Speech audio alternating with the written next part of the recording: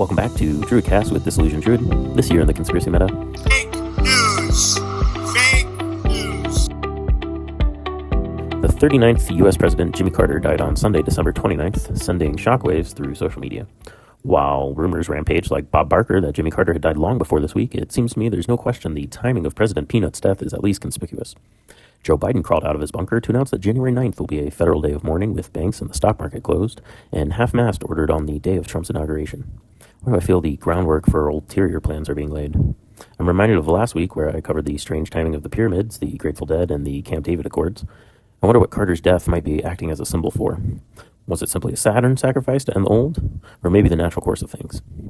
Speaking of unpopular dead presidents, Biden felt the need to speak up this week when he wasn't busy funneling away all our tax dollars to Ukraine, and said that he could have beaten Trump if he had run for president instead of Kamala. Another pipe dream in Washington this week. House Representatives Thomas Massie and Marjorie Taylor Greene have called for the release of the list of lawmakers who have used taxpayer money to settle $17 million in a slush fund of sexual harassment claims in Congress. Keep your eyes on Massie. He seems to be gaining more and more press these days. About as soon as they release that shit list, Trump will release the JFK files, the Epstein list, the bioweapon files, the UFO files. The question remains, is this before or after he plays 4D chess by first rejecting Mike Johnson as Speaker of the House and then endorsing him as MAGA a few days later? Our shadow POTUS also felt the need to be full of flip-flops this week, with Elon Musk and Vivek declaring that Americans are too stupid to do any jobs, apparently, and that's why Elon and friends can charge, up to 50% less and import immigrants to America for reduced labor costs under H-1B visas, and I think that also means that the government might pay them. I don't know. First, Elon said he'd fuck us all in the face, then he edited his tweet and restructured the algorithm of X yet again to punish anyone who disagrees with him, because it totally instills confidence and trust in the people when you throw a temper tantrum online. Between Trump, Johnson, and Elon this week, the MAGA party is quickly fractured into cultists versus realists. The latter beginning to question whether or not voting in Trump was actually a vote for someone else. Newsflash, politicians rarely live up to their campaign promises. While Elon reneged after proving to be extremely unpopular on his own platform, Trump decided to swoop in and say he welcomes immigrants right before he rounds them all up. The wheel spins round and round. The wheels did indeed spin round as the Earth collectively observed the welcome of a New Year Wednesday with a truck barreling into a crowd in New Orleans. The mysterious case of murderous cars strikes again as the news struggles to report a Muslim man with an ISIS flag mowed down people in New Orleans early New Year's morning. The PSYOP perpetrator was later discovered to be an American veteran hailing from the Psychological Operations Headquarters, Fort Bragg. Later that day, across the nation, an alleged accomplice/veteran from the same base detonated a Cybertruck in front of the Trump Tower in Las Vegas. My sources on the ground reported a smell of burning car battery all day. The story is still developing as of recording this, with new suspects, new motives, and new calls for protection against terrorism coming in more and more intense waves. The whole thing feels like an advertisement for Cybertruck to me, but once again, the dialectic is at work. Happy New Year's to America. Speaking of New Year's, it's 2025. What should we keep our eyes peeled for this year? How about artificial intelligence and the exponential AI revolution we are about to witness unfold, which brings us to the meat of the matter this week.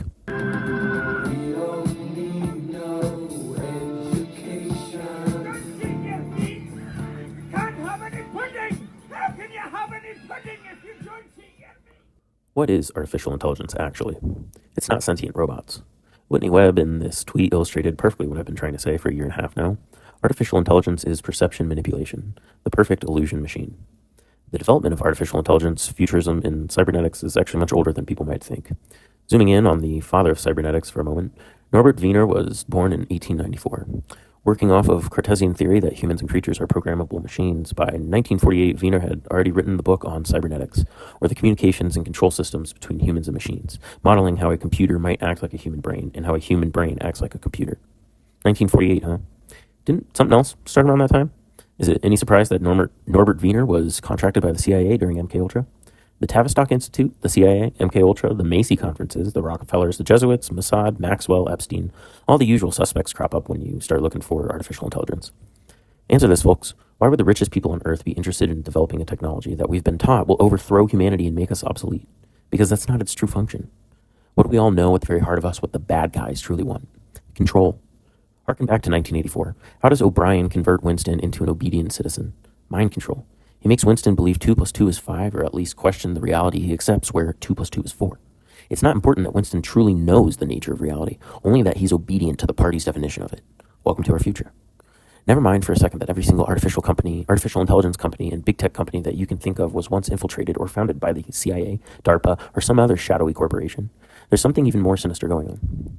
AI has had a shaky history, most of it dealing with waiting for the technology of memory storage and processing power to catch up to the proposed idealism of artificial intelligence function. Machine learning is where modern AI really took off, where gigantic data sets, terabytes and terabytes of things ranging from texts and tweets to photos and videos, train algorithms, then begin making recursive logical functions into decision-making algorithms that determine patterns and behaviors that lead to problem solving and conclusions that mimic the human mind and its thought process. Maybe you missed it though. Where are these gigantic data sets coming from? From your steps to your sleep time to your pictures of your family to your darkest thoughts on your anonymous account on X and even your DNA makeup. Big tech has been selling this data for over 20 years to machine learning companies and national intelligence fronts that then process the data through AI training programs. Ultimately, artificial intelligence has become so powerful because all of us have been complacent in entering every conceivable type of data into the computer for the past 25 years. It's not our fault. They built society around this idea. It's not only that artificial intelligence is a powerful tool that can be used against us, whether it's deep fakes or hacking past safeguards in record time. It is a fundamental shift in our reality, from simple things like recreation and homemaking to geopolitics and warfare. Now consider the likelihood that since the advent of modern computers, this was the end game of every software company, every hardware company, every weapons developer, every intelligence agency, every forward-thinking mogul. The age of the tech startup is over, by the way, and big tech learned from its lessons, and it already bottlenecked AI. The top-down control structure of artificial intelligence was incorporated into its very foundations. Do we trust these people, the people behind the development of this technology? Have they proven their patterns of behavior that they have our interests in a golden age for all of us at heart? I'll leave you with this. If AI really is perception manipulation, then it would seem our celebrity elite have had access to sophisticated AI for a long time, long enough to make us think they are anything other than advocates for an abomination. I digress. Speaking of AI penetrating safeguards, the U.S. Treasury was hacked by China this week with the ramifications completely obscured by authorities, as always. But you can probably place your bets that the alchemical transformation of the U.S. economy is coming soon. On the subject of meddling, in Russian news, Putin rejects Trump's bid for peace. The U.S. State Department quickly declared sanctions on intelligence entities in Russia and Iran for election interference yet again. And this was on the same day Putin celebrated his 25th year anniversary of declaring himself ruler. Tying the election interference to no less than 100 websites used in disinformation campaigns, federal investigators are quietly hoping that if they declare Russia's election interference every 4 years, one of those times they're bound to be right. While sentient cars are causing casualties, airplanes seem to be doing no better this week. Plane crashes were reported in South Korea, Kazakhstan, Canada, Ohio, and elsewhere this week. When was the last time you remember hearing about a plane crash? Between terrorist attacks, plane crashes, drones, and sentient car murders, it feels like the technopocalypse is ramping up. On the recurring subject of drones and the dangers of technology, mysterious fog worked its way across a third of the United States, mostly along the coastlines and the northern border, which is curious, to say the least. TikTok-level reporting of mysterious illnesses, magnetic smart dust, unnatural fog littered the internet this week. As to the authenticity of it all, I can only point back to artificial intelligence and the crisis of reality we're all facing right now. If you got fogged out by the government, write in, let me know, and I'll look into it further. Let me suggest this while I have you. What if the fog was just acting as a cover for, say, mass drone movement or even modern airships still classified from the public? There's no doubt strangeness is afoot these days. That's it for this week. Kind of an information dump on us as we blaze forward into 2025. But most good writers lay out the expectations for the audience within the first chapter. I'll catch you all in the next chapter then.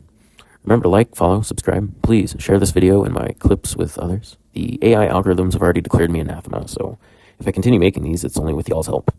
Keep seeking truthers. You can find the answers you're looking for if you look hard enough.